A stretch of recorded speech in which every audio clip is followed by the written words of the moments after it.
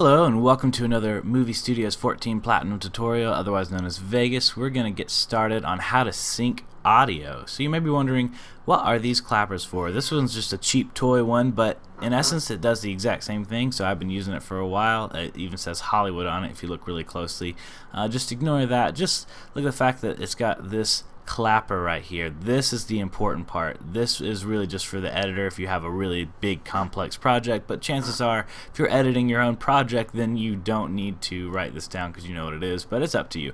Now the clapper, this is how you sync your audio. So I've talked to lots of people who have had this problem before, and I've had this problem before myself. When you're trying to sync audio without any kind of indication of how the audio should sync, then you spend forever just trying to get words to match the lips, and it doesn't work. And I've even seen professional productions where they don't quite get it right, and it just is very time consuming. So that little snap right there, that is what we want to line up with our external audio. So this is the audio on the camera. We don't even need the camera audio because we have the clapper, but this is even extra helpful because we can line up the waveforms as well as the audio, as well as the video. So let's scroll back in.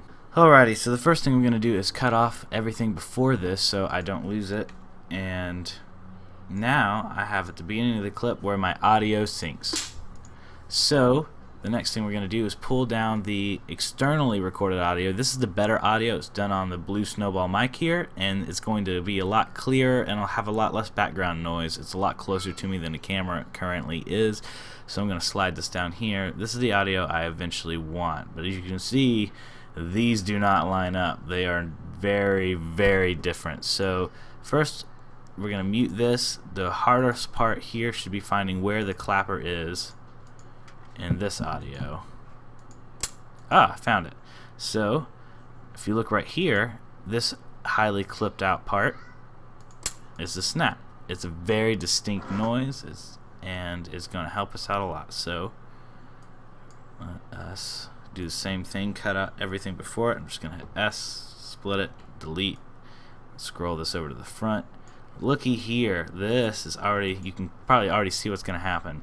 We're just going to line these up, and we're going to be able to visually tell if sound lines up, and just visually tell by just waveforms here.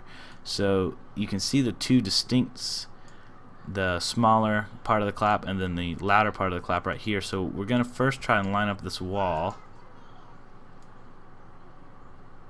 and then we're going to kind of look and see if these other waveforms line up, and it looks like it is. So we're going to listen to both audios together. That didn't sound very echoey, so that's a good sign. Now we're going to mute the original audio. I moved it. Control Z if you ever move it. There we go.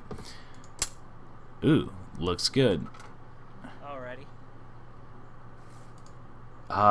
Even the box swipe and my voice, it's all lining up appropriately. You can hear my keys jingles. I'm trying to open the box here.